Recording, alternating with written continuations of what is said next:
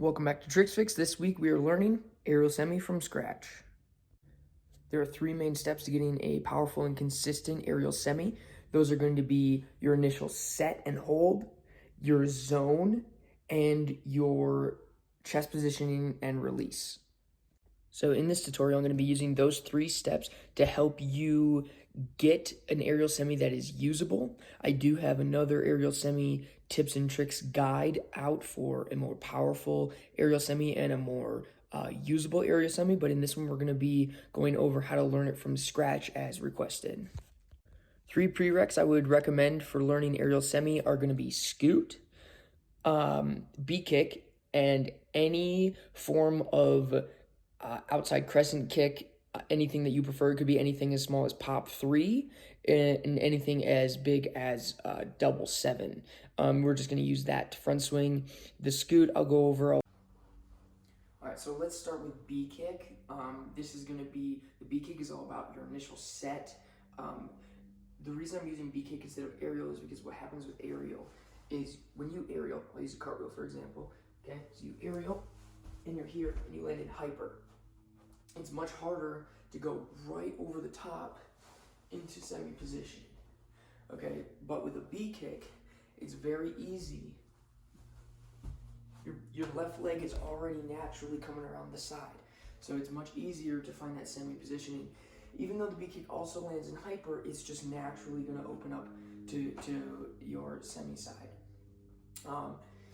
Real quick, I just want to go over the stances. I want to get that in your guys' head. So here we have complete. This is an eagle or anything that lands in your normal tumbling stance. So like anything from a round off back handspring and a double full or a backflip, they're all landing in complete. If you do a gainer, you're in hyper. If you do an aerial, you're in hyper. B-kick, you're in hyper. And then slightly over rotated. Once you're starting to get here, okay, this is kind of in between hyper and semi. But once you're completely opposite of, so hyper, semi. Once you're here, facing 180 degrees different from your hyper, that's your true semi. That's the zoning we'll talk about. And then after the zoning is going to be the chest positioning and the swing. So chest is positioning, just like a normal swing through. So if you're doing G-switch, you land chest tall, you swing through. It's no different, except it's opposite. So you start here, and then you raise it up this way, and go up and over, okay? I go more over that in the tips and tricks guide, but let's learn it from scratch right now. So, B-kick is important because it's really, all we're doing right now is focusing on getting an initial set big enough in your B-kick that you can find semi. So B-kick,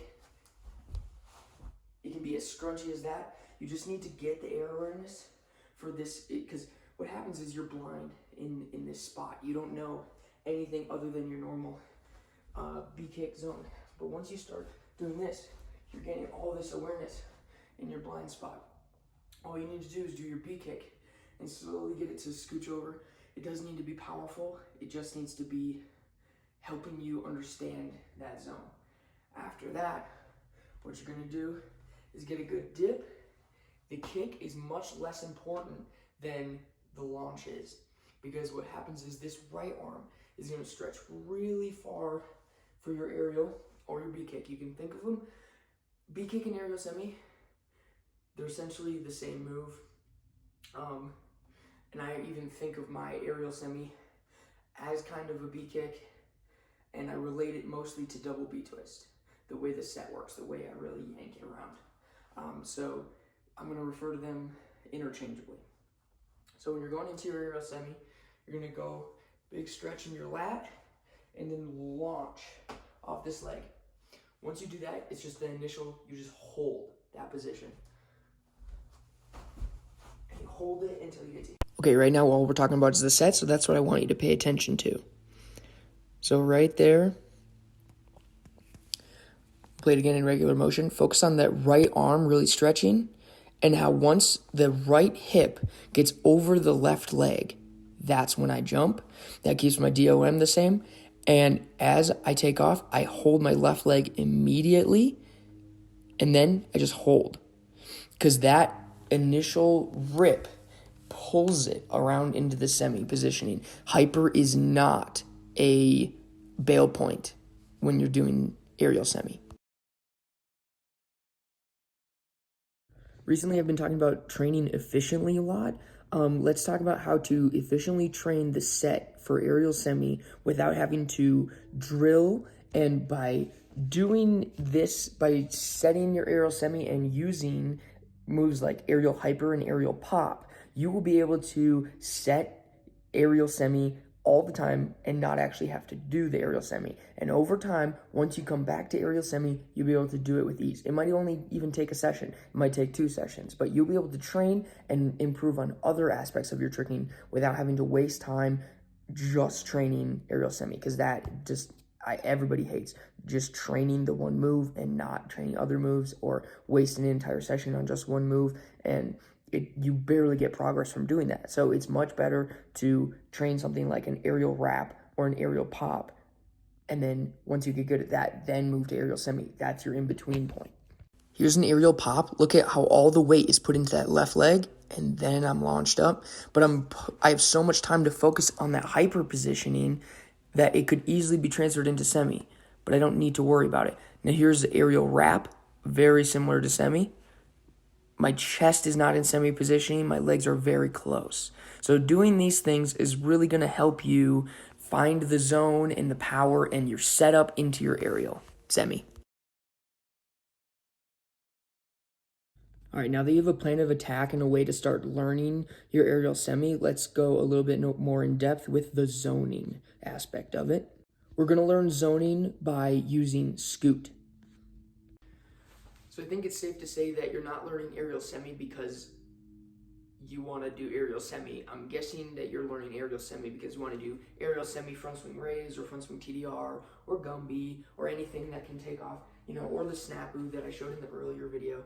If you want aerial semi, it's because you want to use it as a setup more likely than not. So what we're going to do with the scoot is find the semi zone. So if you do an aerial semi, okay, and you're here, right, but you took off this way, your DOM is going this way, you're being pulled this way, so your semis are you're just going to fall over, okay? If you get perfectly 180 degrees, you're going to throw it, your DOM is this way, it's going to really yank on your hip, okay? It's going to be really hard to really get that drive through. Let me give you a quick example. When you do a move like a TDR, okay, that takes off from semi positioning, okay? You could do aerial, front swing, TDR. Okay, so when you do TDR, do you perfectly step forward, heel toe, and then drive it, and then flip over the top with 180 degrees of spin? Probably not. You probably overcheat it. You probably step heel, toe, this way, and maybe even worse than that. Maybe you overcheat it all the way over. If you want your moves to connect properly, you're going to have to find a balance. You can't overcheat too much, and stepping perfectly 1-2 is going to be really tough to do consistently, especially, for example, if you do it out of a hook kick, right? So you go hook, and now your cheat step is going to be this small. It's going to be really small. You're going to have to change your hook kick so it transfers into your TDR, but you don't need to worry about that. Whatever comes natural, you need to pay attention to. So if you overcheat, you need to stop overcheating. If you step perfectly 1-2, then it's going to work really well. If you don't, it's not worth learning that. It's worth just getting that 45 degree. That's the sweet spot pretty much for everybody. If you have a TDR like Fuju's or Alexander Anderson's, that's going to be really good for front swings. Those people can front swing, which is probably why their TDR looks the way it does. Okay, back to this. So back to the scoot. So the reason that's important is because what we're going to do with the scoot is we're going to go scoot, skip, front swing. And what you're doing is you're practicing the semi. Okay, you want to learn aerial semi, you need to get good at the ending part of it. So scoot, let me show you one more time. Chest up, turn, front swing. All you're focusing on is swinging, getting the chest up, turning. You can even hold your leg as you're turning through the semi zone. This semi zone is the exact same zone that you hit during your aerial, right? During your aerial semi, it's the same zone. So swing, feel the zone, get to here, okay? You're probably gonna end up getting that perfect 180 degrees, but then you're not gonna be able to do the trick that you want out of it. Like if you're doing side swipe, TDR, raise. So you're gonna find that as you're swinging, you're gonna wanna swing further. You're gonna have a lot of leg up hop 360, a lot of outside leg drive near the end of it so that you can pull through. Another thing you can do, if that's too difficult to find the zone that way, you can do carry through. So you can go swing and kind of pivot on your foot. So swing and then just pivot and find it and feel it. See if you can rip it, the raise or the TDR, right from your, which is carry through. Carry through is like a pivot front swing instead of a smooth no step front swing. And remember to train efficiently. When you're drilling your scoot front swing, go ahead and combo it. Do hook, scoot, front swing, side swipe, master scoot, cork. That's fine. You could do 540, scoot, front swing, raise, vanish 9. You can throw the scoot front swing in. It's a really cool transition and it works really well, and it's something that's going to teach you that semi and get you comfortable with it, especially if you're comboing it. Once you go to aerial semi, you're not going to freeze up, because that's what happens a lot of time. People will do aerial semi, then they freeze up and they don't know what to do from that position, versus like a complete position. It's very easy. It's just copy paste, but aerial semi does not take off the same way that it ends. And so because of that, you lock up in that semi positioning. So doing that scoot semi is really just going to give your body information and teach it how to pull from semi positioning and find those chest positionings and how to transfer all that weight. All right, if you drill those 2 first steps that I gave you, your aerial semi should come along just fine. Final thing I'm going to give you, though, is some chest positioning tips. It's really hard to explain, so I'm going to go over I'm going to talk over some videos so that you guys can see the transfer of weight through the semi position. So take a look at how I'm definitely doing aerial hook right here, and then pulling it through, and look at the timing in the release. My foot touches, then I release. So it's like the moves are completely separate from each other. I do the aerial semi, then I do the raise. So take a look at this. Aerial semi, hold, then do the raise. The raise starts after the semi is through or past, I guess, through the thread, past the right leg. A big problem I had when I was learning aerial semi is I would set it and then my left leg would not get above my hip. You need it to get above your hip. So if you're doing it, learning it from a B kick, you're probably going to get a lot of, I guess, flat spin type aerial semi, which is fine for learning it, but once you actually start to set it and try to do a move out of it, you really got to get that right arm yank like I'm getting in these ones, and that will allow you to get that left leg to go up and over the top. Once it goes up and over the top, then you'll be able to front swing it for power or front swing it cleanly into your next upcoming move.